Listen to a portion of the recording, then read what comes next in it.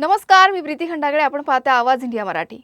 नाशिक जिल्ह्यात महाराष्ट्र विधान परिषदेच्या नाशिक स्थानिक प्राधिकारी मतदारसंघाच्या द्विवार्षिक निवडणूक 2026 ची अधिकृत घोषणा भारत निवडणूक आयोगाने 18 मे 2026 रोजी केली. या घोषणेसोबतच संपूर्ण नाशिक जिल्ह्यात आदर्श आचारसंहिता लागू करण्यात आली. या निवडणुकीसाठी जिल्ह्यात एकूण 9 मतदान केंद्र उभारण्यात येणार आहे. मतदान प्रक्रिया 18 जून रोजी पार पडणार असून 22 जून रोजी मतमोजणी होणार आहे. जिल्हाधिकारी कार्यालयातील मध्यवर्ती सभागृहात आयोजित पत्रकार परिषदेत जिल्हाधिकारी तथा निवडणूक निर्णय अधिकारी आयुष प्रसाद यांनी ही माहिती दिली. यावेळी उपजिल्हा निवडणूक अधिकारी मधुमती सरदेसाई उपस्थित होत्या. जिल्हाधिकारी आयुष प्रसाद यांनी स्पष्ट केलं की आचारसंहितेची काटेकोर अंमलबजावणी केली जाणार असून कोणत्याही प्रकारचं उल्लंघन होऊ नये याची जबाबदारी सर्व राजकीय पक्ष आणि उमेदवारांनी घ्यावी असं आवाहनही त्यांनी केलं आहे. जो लोकल बॉडी असतो त्यांची जो निवडणूक प्रक्रिया आहे त्याच्यासाठी त्यांनी नाशिकचं जो लोकल एरिया कॉन्स्टिट्युएन्सी आहे त्याची विधान परिषदची निवडणूक प्रक्रिया या ठिकाणी जाहीर केलेली आहे. याच्या अनुषंगाने अधिसूचना जाहीर होण्याची दिवस जो आहे ते 25 मे 2026 या दिवस या पूर्ण निवडणूक प्रक्रियेची अधिसूचना जाहीर होणार आहे. नामनिर्देशन भरण्यासाठी अंतिम दिनांक जो आहे ते 1 जून 2026 राहणार आहे. नामनिर्देशनचं जो कार्यालय माझ्या दालन जो जिल्हाधिकारी कार्यालयामध्ये आहे ते माझ्या दालनमध्ये राहणार आहे.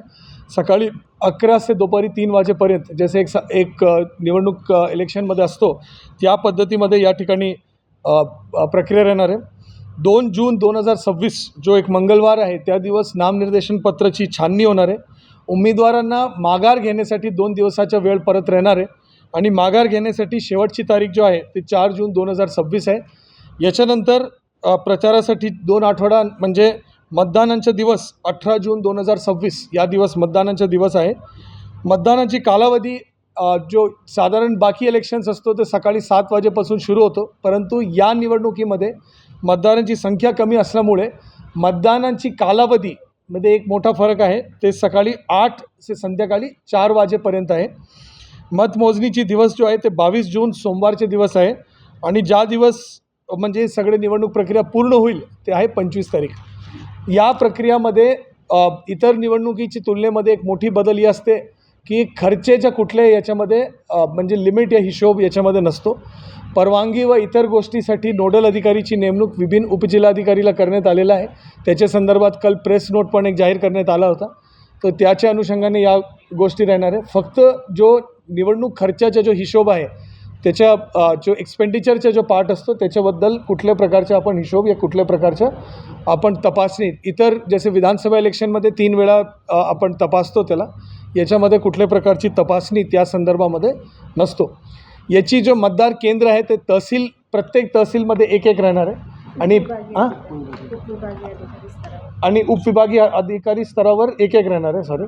तो आपल्याकडे एकूण 9 ठिकाणी राहणार आहे याची पोलिंग स्टेशन आहे आणि त्याच्यामध्ये आपल्याकडे 622 एवढे आपल्याकडे जो मतदार आहे. याच्यामध्ये मतदार जो असतो ते सगळे जो नगरसेवक आहे, नगराध्यक्ष आहे, महानगरपालिकाचे महापौर, उपमहापौर आणि नगरसेवक आहे, नगरसेविका आहे, या सगळेजण याच्यामध्ये मतदार आहे. असे 622 जण मतदारसाठी आज के डेटमध्ये पात्र आहे आणि याच्यामध्ये इलेक्शन लढण्यासाठी महाराष्ट्राचं कुठलेही व्यक्ती याच्यामध्ये इलेक्शन लढू शकतो. ए बी फॉर्म तसेच राहतो. 10,000 आणि 5,000 रुपयेचा अनामत रक्कम याच्यामध्ये असतो, ते सिक्युरिटी डिपॉझिट. आणि या पद्धतीमध्ये या पूर्ण इलेक्शनची प्रक्रिया या ठिकाणी पार पडणार आहे. याच्यामध्ये रिटर्निंग ऑफिसर म्हणून मी काम करणार. याची इलेक्शन प्रक्रियामध्ये मी आज काही वर्ष पूर्वी म्हणजे याचे प्रिसाइडिंग ऑफिसर म्हणून पण याही इलेक्शनमध्ये काम केलेलं आहे. तर या इलेक्शन आपण व्यवस्थितपणे पार पडू, आपले सहकारींनी पार पडू याच्यासाठी प्रयत्न आहे. MCMC कक्ष, मीडिया मॉनिटरिंग सेल वगैरे सगळ्या गोष्टी जसे इतर निवडणुकीत असतो तसंच आहे. अशाच महत्त्वाच्या बातम्या बघण्यासाठी पाहत राहा आवाज इंडिया मराठी, शोध सत्याचा.